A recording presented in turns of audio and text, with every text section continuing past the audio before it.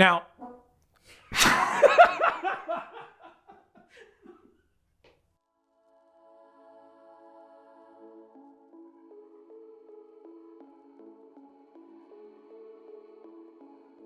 what's up, everybody? Jordan from Red Family Photo here, and I want to thank you so much for coming back to the channel.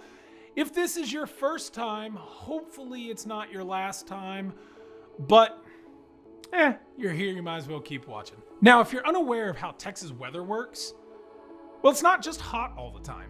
It's actually, well, we get about one day a year, what I would call winter, sometimes a week. But it's not a fun winter like most places where you get snow and can build snowmen or go snowboarding and, you know, white Christmas and stuff. No. We get ice.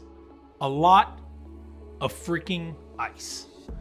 Now, the question you may be asking yourself is, what is a mountain bike photographer supposed to do when all the trails are closed, there's no good local races to go shoot, but he's got the itch?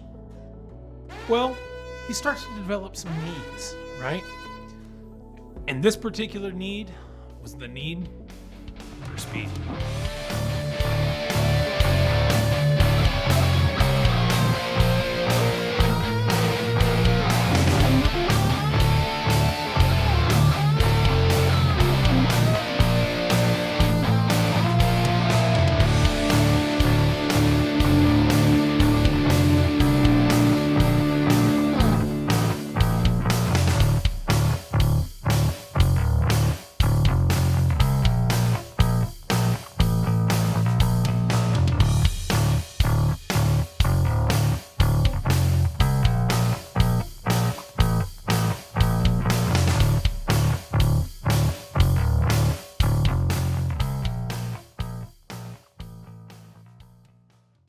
So I packed up the truck and spent the last 2 days out at Cedar Hill State Park for the Cedar Hill Race Festival.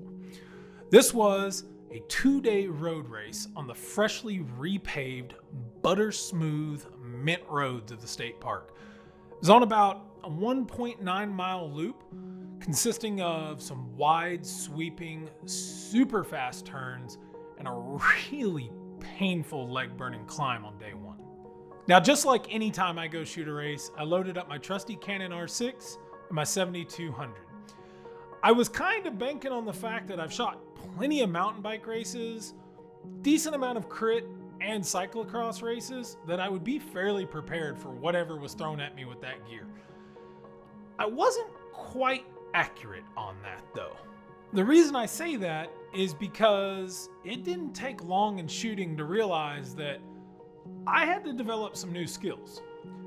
No offense, roadies, but just taking a picture of y'all pedaling your bike is not something you're gonna wanna buy or is particularly pleasing to look at. And I had to really think about that. That's why I spent a lot of time in this race in the corners trying to catch them, leaning that bike over, and it turned out really freaking cool.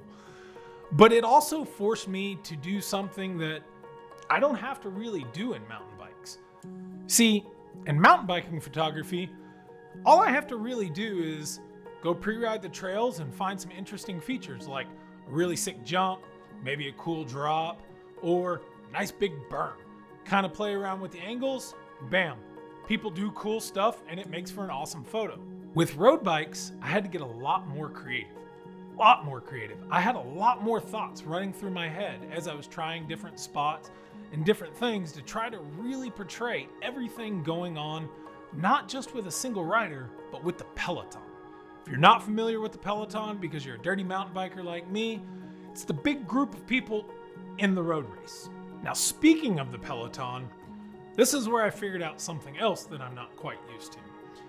With mountain bike racing, I typically can get a shot of every rider, sometimes multiple times, sometimes from multiple angles. I quickly found out that in this race, I could not do that. It's all about that peloton. You have to try to get as many images as you can of the group of riders. Try to feature different riders in the pack when you can as they come by. But that's really where the story is. Now, if you can incorporate that shot with showing the road they're coming from or where they're going if you're shooting a back angle, that's where these images start to get really sweet. And first rule of photography is it's got to tell a story. And I think if you're going to shoot a road race, that's how you're going to best tell the story. Now, overall, my experience over the last 2 days has been absolutely phenomenal.